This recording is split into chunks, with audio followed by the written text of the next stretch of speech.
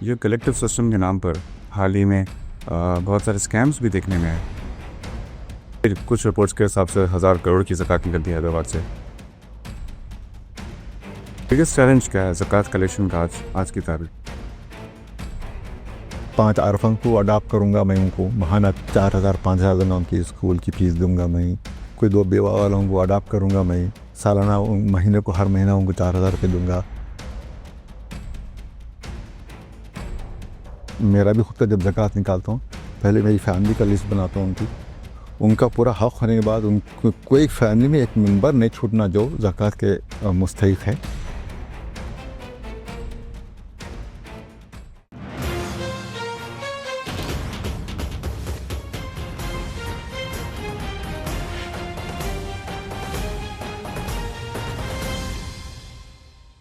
नाज़रीन आदाब, मैं हूं खालिद शहबाज। आप देख रहे हैं गवाह न्यूज़।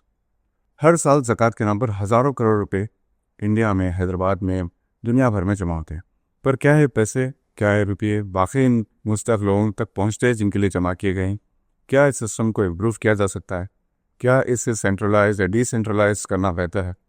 ऐसे ही सवालों पर जवाब देने के लिए, इस पर रोशनी डालने के लिए आज हमारे साथ एक ऐसी शख्सियत जुड़ी हैं जिन्होंने ग्लोबल कॉरपोरेशंस जैसे AT&T, बेल लैब्स, मोटरोला और कोपार्ट, लूसेंट जैसी बड़ी बड़ी ऑर्गेनाइजेशंस में सीनियर एग्जीक्यूटिव मैनेजमेंट का रोल अदा किया और अब चैरिटी एंड फिलैंथ्रोपी में अपनी खिदमात अंजाम दे रहे हैं। मेरी मुराद जनाब अब्दुल कुद्दूस साहब से। Welcome to the show. बहुत बहुत शुक्रिया। आप बहुत खुशी होती है आप शो में आने से, आप लोगों से बात करने से। Doctor Abdul Quddus bachelor of engineering है उस्मानिया यूनिवर्सिटी से 1982 बैच के, और इसके बाद आपने यूनाइटेड स्टेट्स में भी आला तालीम हासिल की। उसके बाद वो ग्लोबल ऑर्गेनाइजेशन से जुड़ गए जहाँ एग्जीक्यूटिव मैनेजमेंट के रोल्स में आपने बहुत सारे ऐसे काम किए जो फर्स्ट ऑफ इट्स काइंड थे। तो हर साल रमज़ान से पहले, रमज़ान से कबल बहुत सारी बातें होती है ज़कात के बारे में। चैरिटेबल ऑर्गेनाइजेशंस करती हैं, इंडिविजुअल्स करते हैं, कॉरपोरेशंस करते हैं, प्रेस कॉन्फ्रेंसेस होते हैं, कैंपेन्स होते हैं, इतनी सारी ज़कात के बारे में बात होती है, डिस्कशंस होते हैं। और हाल ही में कलेक्टिव सिस्टम ऑफ ज़कात पर भी बहुत जोर दिया जा रहा है। तो सबसे पहले हम यहीं से शुरू करते हैं। जी, मुझे जानना चाहेंगे कि इस्लाम में जो रिश्तेदारों को, रिलेटिव्स को जो तरजीह दी गई है कि पहला हक़ ज़कात पर इनका है, क्या कलेक्टिव सिस्टम को जो पुश किया जा रहा है सोसाइटी में ज़कात, इससे हम क्या इनकी हक़ तलफ़ी कहें?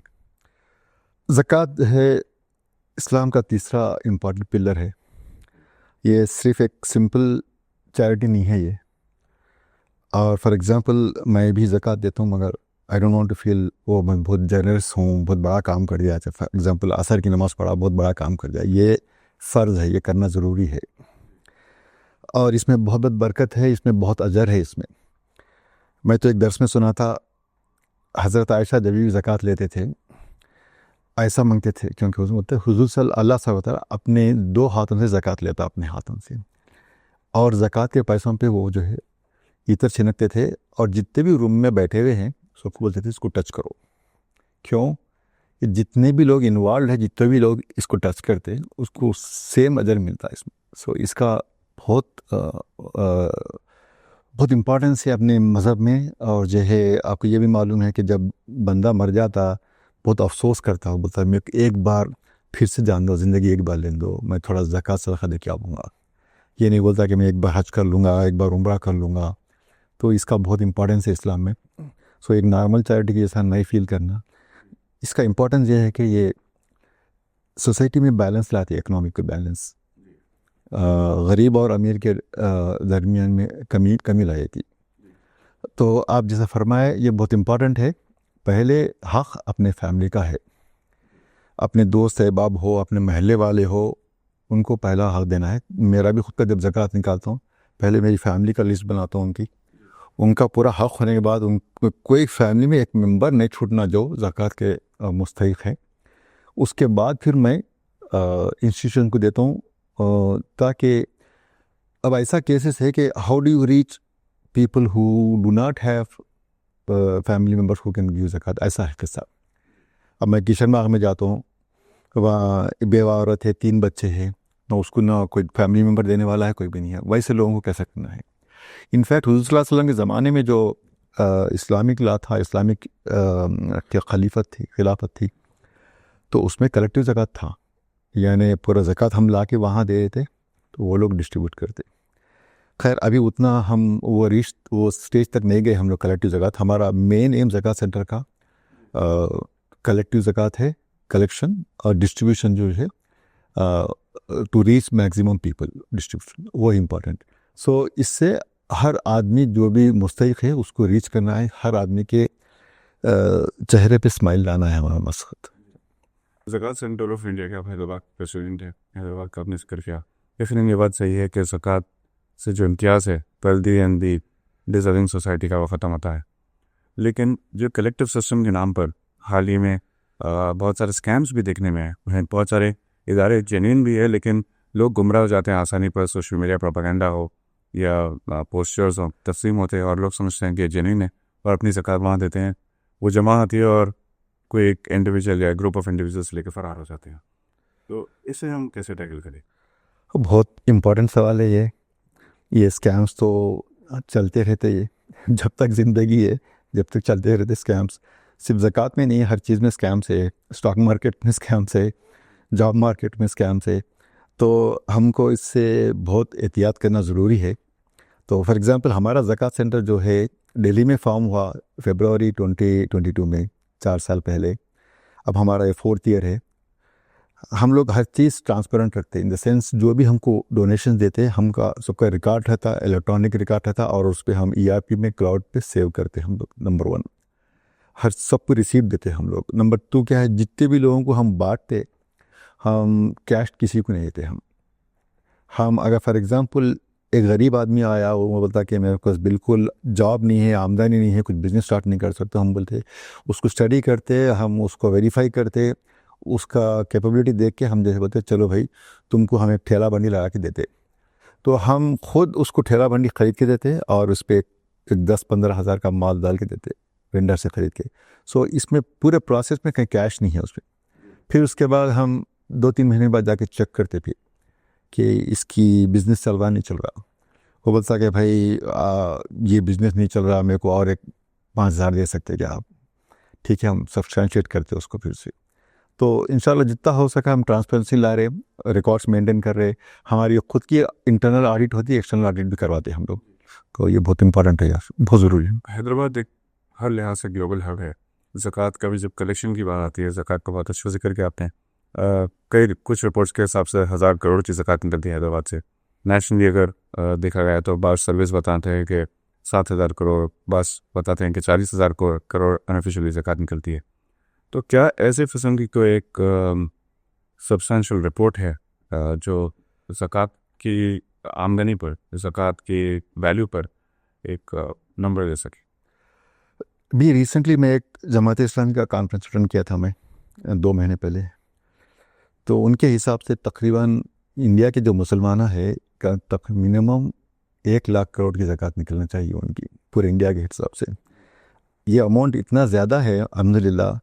हम अगर ये पूरी कलेक्टिवली कलेक्ट कर सके तो हम गवर्नमेंट के ऊपर डिपेंड करने की ज़रूरत नहीं है, हमको किसी के ऊपर डिपेंड करने की ज़रूरत नहीं है।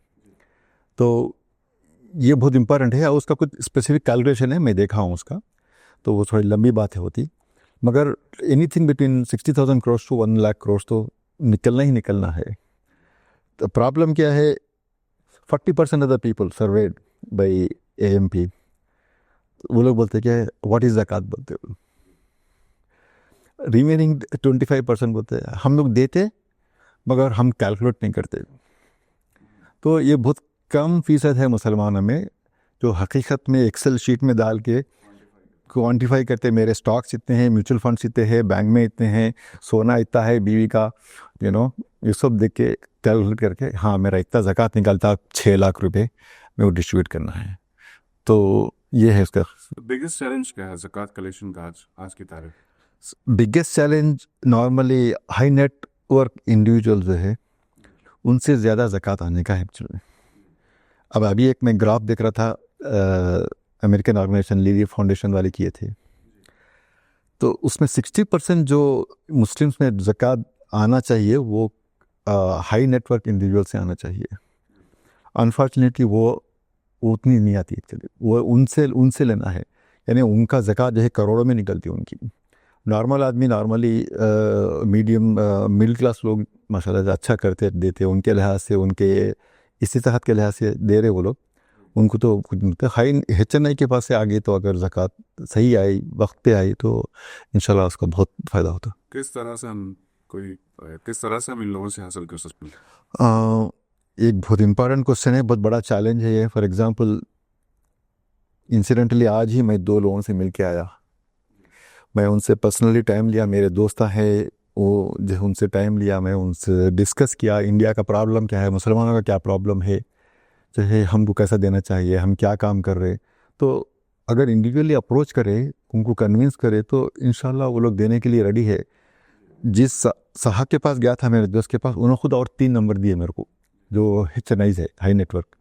तो आई मीन ये पूरा ग्रैनुलर वर्क है, हर आदमी को अपने लिहाज से नेटवर्क में करना चाहिए इसको, वो एक ही तरीका है इसका।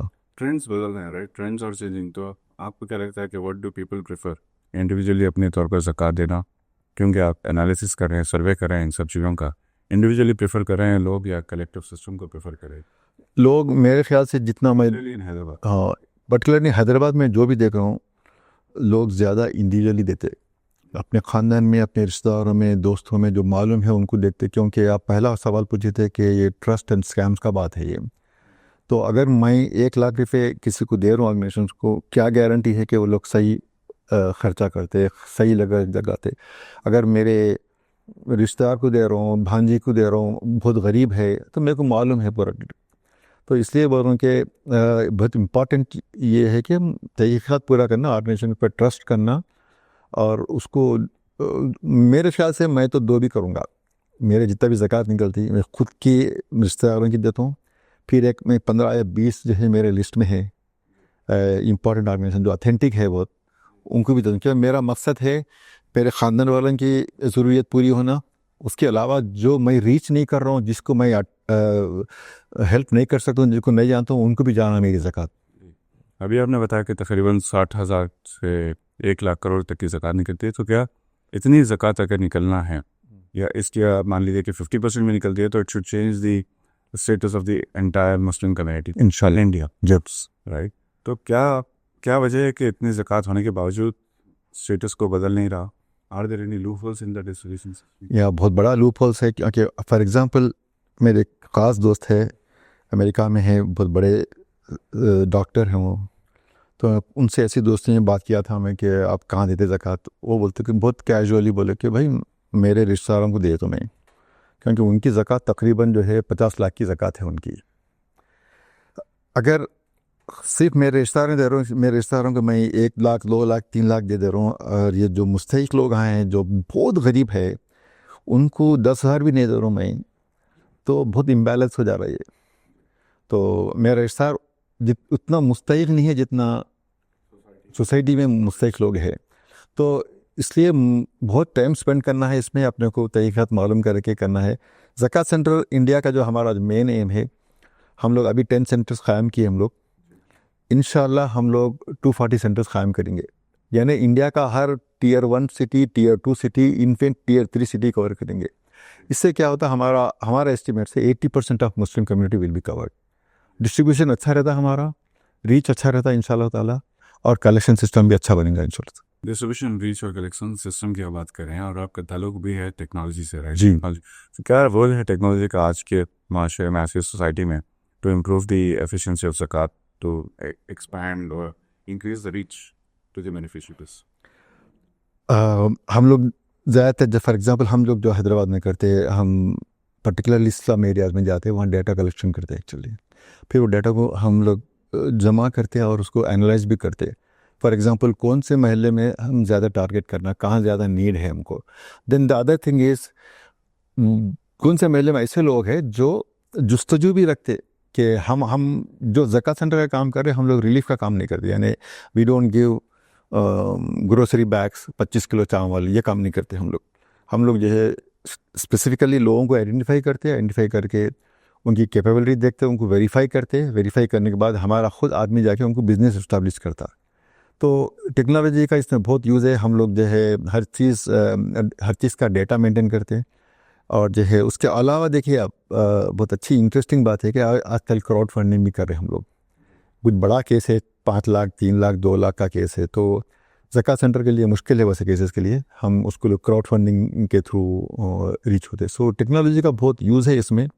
और पहले जो सिस्टम था, एडहॉक सिस्टम था, वो पूरा चले गया समझिए माशाल्लाह से। सोशल मीडिया का बहुत यूज़ करते हैं हम लोग। इंस्टाग्राम पे हमारा अकाउंट है, फेसबुक पे हमारा अकाउंट है, हम ट्विटर पे भी अप्रोच करते हैं लोगों को। जी, प्रॉब्लम ये होता है कि इंडिविजुअल्स ऑर्गेनाइजेशंस एक नोबल इंटेंशन से इस काम को आगे लेके चलते हैं और बहुत सारे गैप्स आ जाते हैं सिस्टम में, बहुत सारी डिस्क्रिपेंसीज होती हैं, बहुत सारे लूपहोल्स होते हैं और सही लोगों तक पहुंच नहीं पाती।